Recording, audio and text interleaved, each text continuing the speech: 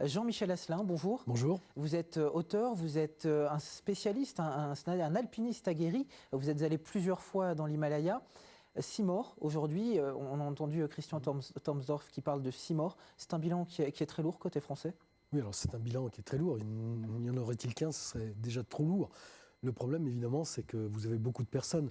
Je crois que peu de gens ont souligné que sur le Manaslu, à cette époque-là, se trouvaient pas moins de 300 prétendants au sommet, ce qui est beaucoup.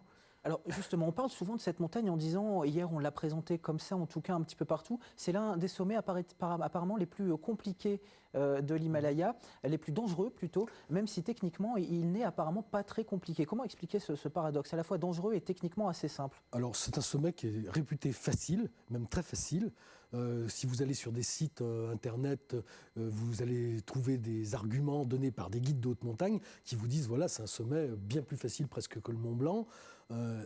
Plus facile que le Mont Blanc. Oui, absolument. Mais quand on a dit ça, on n'a pas tout dit. On n'a pas tout dit, c'est-à-dire qu'on n'a pas tout dit que ça se déroulait en haute altitude. Donc là, il y a les problèmes de l'altitude qui se posent avec la baisse de pression et donc le manque d'oxygène. On n'a pas dit non plus qu'il y a des dangers objectifs et le Manaslu possède quelques zones dangereuses objectivement, c'est-à-dire des zones dominées par des séracs, lesquels séracs peuvent tomber et entraîner ce genre d'accident. Qu'est-ce que ça veut dire plus facile que le Mont Blanc? C'est moins compliqué physiquement? Ce sont des pentes de neige très accessibles, il y a quelques passages plus difficiles qui sont équipés avec des cordes fixes. Voilà, on se trouve dans une configuration à peu près comme celle du Mont Blanc. Alors vous le disiez, 300 personnes à l'automne en moyenne tentent l'ascension du Manaslu. Est-ce que c'est cette facilité qui explique finalement cette surfréquentation et est-ce que la surfréquentation explique aussi la lourdeur de ce bilan aujourd'hui? Le fait qu'il y ait beaucoup de monde explique effectivement que le bilan soit donc épais.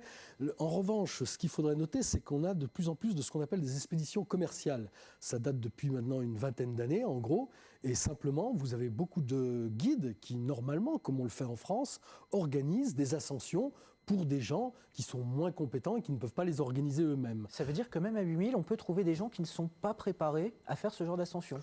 Oui, on peut trouver des gens absolument dont la compétence est très limitée, mais ça ne veut pas dire qu'ils ne vont pas réussir non plus. Il y a des gens parfaitement incompétents qui ont réussi de très hauts sommets. En quelques mots, comment expliquer cet attrait pour les 8000 mètres? C'est pas donné à tout le monde quand même dans l'imaginaire collectif, 8000 mètres. Non, c'est une question là aussi un peu de prestige, c'est-à-dire que c'est un chiffre qui parle.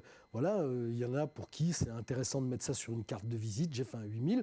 Puis il y en a tout simplement qui ont aussi ce bonheur et ce plaisir d'aller en altitude, parce qu'il ne faut pas oublier que si c'est dangereux, si ça reste compliqué, c'est quand même aussi un grand bonheur que de se retrouver un petit peu à l'altitude des avions de ligne, de marcher là-haut. C'est aussi beaucoup de plaisir. Un bonheur comparable à l'Everest, le toit du monde?